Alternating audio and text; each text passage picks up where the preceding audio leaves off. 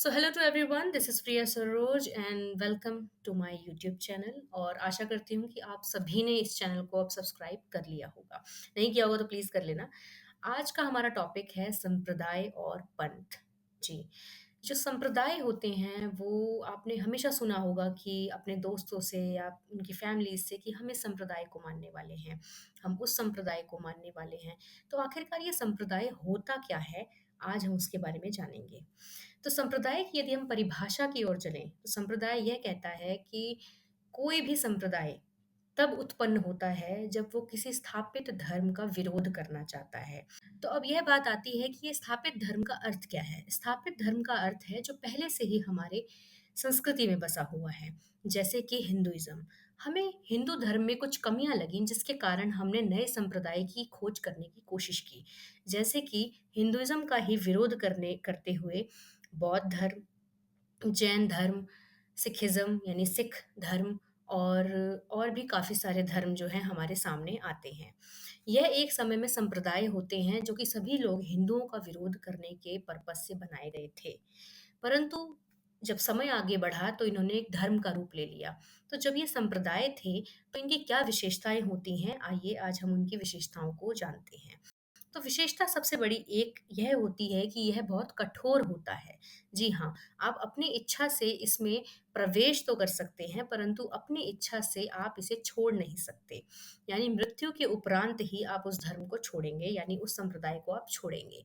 अब बात करते हैं कि इसके सदस्य कौन-कौन हो सकते हैं। तो सदस्य होंगे इसके निम्न वर्ग के लोग, क्योंकि इसमें इस संप्रदायों में होता यह है कि जो बड़े लोग होते हैं, वह इन संप्रदायों में कम ही आएँगे क्योंकि उनके साथ कोई भेदभाव हुआ नहीं है। निम्न जाति के लोग इन संप्रदायों में अधिकतर आते हैं। अब हम जानेंगे कि ये जो संप्रदाय होते हैं, इनका नेतृत्व कौन करता है?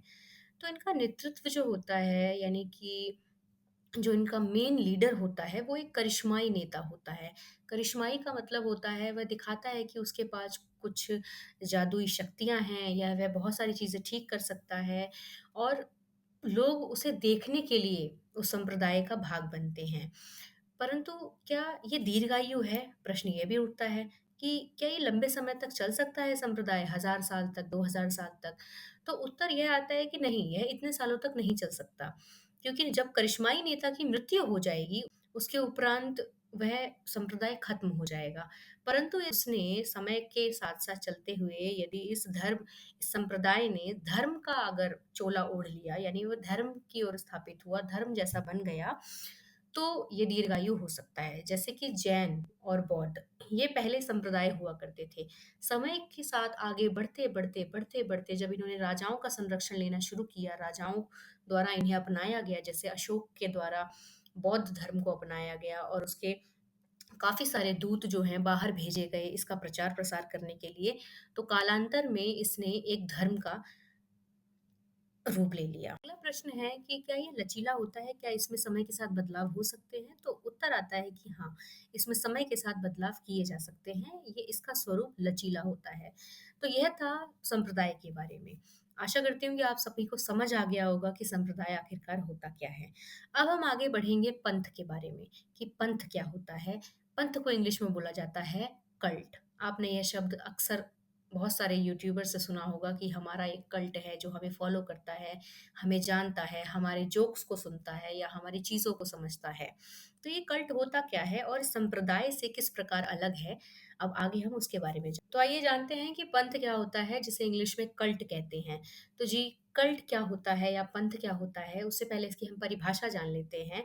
तो ये संप्रदाय की तरह किसी धर्म के विरोध में नहीं आता। ठीक है? आप पहले ये जान लीजिए कि किसी के विरोध में नहीं आएगा, बल्कि इसकी एक अनोखी विचारधारा होती है, एक एक विचार होता है जिस पर यह आधारित होता है कल्ट। यानी कि मान लीजिए कि कोई अपना कल्ट बनाना चाहता है तो उसकी विचारधारा है कि हम सर्वधर्म समभाव के आधार पर कल्ट बनाएँगे या पंथ बनाएँगे। अर्थात हम सभी धर्मों को समान रूप से मानेंगे और उसको बढ़ावा देंगे। और कुछ लोग होते हैं जो कल्याण के नाम पर पंथ बना देते हैं कि लोगों का कल्याण करना ही हमारा काम है और इसी के आधार पर हमने अपना ये कल्ट यानी पंथ बनाया है। तो ये किसी भी धर्म के विरोध में नहीं आता। जैसे कि इसका एग्ज़ाम्पल अगर हम देखें तो संत साई नाम का एक पंथ है जो कि हॉस्पिटल्स भी हैं उसके। लोक कल्याण के आधार पर यह काम करता है, लोगों को शुद्ध पेयजल, पानी पीने का उपलब्ध कराता है। और इसके सदस्य की यदि हम बात करें कि जैसे संप्रदायों में हमने देखा कि संप्रदायों में सदस्य केवल निम्न वर्ग के लोग होते थे, कभी-कभार उच्च वर्ग के भी होते। परंतु जो कल्ट होता है उसमें सदस्य किसी भी वर्ग के हो सकते हैं, चाहे वो अमीर हों, चाहे गरीब हो, निम्न जाति के हों, उच्च जाति के हों, किसी भी वर्ग से आने वाला सदस्य इसका सदस्य बन सकता है। बात करते हैं कि इसका नेतृत्व कौन करता है। तो इसका नेतृत्व जो है एक करिश्माई नेता तो होता ही है कि मतलब उसे देख कर लगे कि हाँ, इसमें कुछ दम है, जो ये कर सकते हैं। परंतु उसके अंदर कुछ गुण भी होने चाहिए। गुणों का अर्थ होता है कि उसके अंदर कुछ ऐसे गुण हो जो लोगों को सम्मोहित कर सकें, जो लोगों से प्रेम भावना उत्पन्न करा सकें। जैसे कि हम देखते हैं बाबा रामदेव। बाबा रामदेव जो हैं उन्होंने अपने योग को इतना प्रचार-प्रसार किया और उन्हें खुद भी इतना योग करना आता है कि उनकी वजह से लोग जो हैं योग को ज़्यादा जान पाए। फिर आता है कि क्या यह दीर्घायु होता है? यानी कि बहुत समय तक आगे बढ़ सकता है? तो इसका उत्तर आता है कि नहीं। यह संप्रदाय तो धर्म बन जाता है तब जाके वो दीर्घायु पाता है। परंतु जो कल्ट होता है वो कभी दीर्घायु नहीं पा सकता क्योंकि यह जो है एक सीमित चीज़ है, एक विचारधारा पे आधारित है। चाहकर भी इसे धर्म नहीं बना सकते हैं क्योंकि ये कंज़्यूमर पैदा करते हैं। मान लीजिए रामदेव ने पतंजलि का प्रोडक्ट बनाया और उन्होंने उसे बेचना शुरू किया, तो उन्हें खरीद कौन रहा है? जो उनको पहले फॉलो करते थे। तो पंथ जो होते हैं यानी कल्ट जो होते हैं वो कंज्यूमर्स बनाते हैं जो उनके प्रोडक्ट्स को कंज्यूम करते हैं या वो जो भी देते हैं उसको कंज्यूम करते हैं।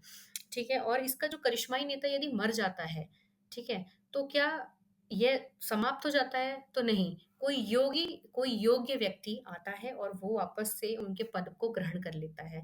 तो यह था अंतर पंथ और संप्रदाय में। तो आशा यही है कि आप सभी को इन दोनों के मध्य जो अंतर था, वह समझ आ गया होगा कि पंथ और संप्रदाय आखिरकार होता क्या है। प्लीज़ मेरे वीडियो को लाइक करिए, सब्सक्राइब करिए मेरे चैनल को और प्लीज़ शेयर भी करिएगा अगर आपको अच्छी लगी हो वीडियो। एंड आज के लिए बस इतना ही। Thank you for watching.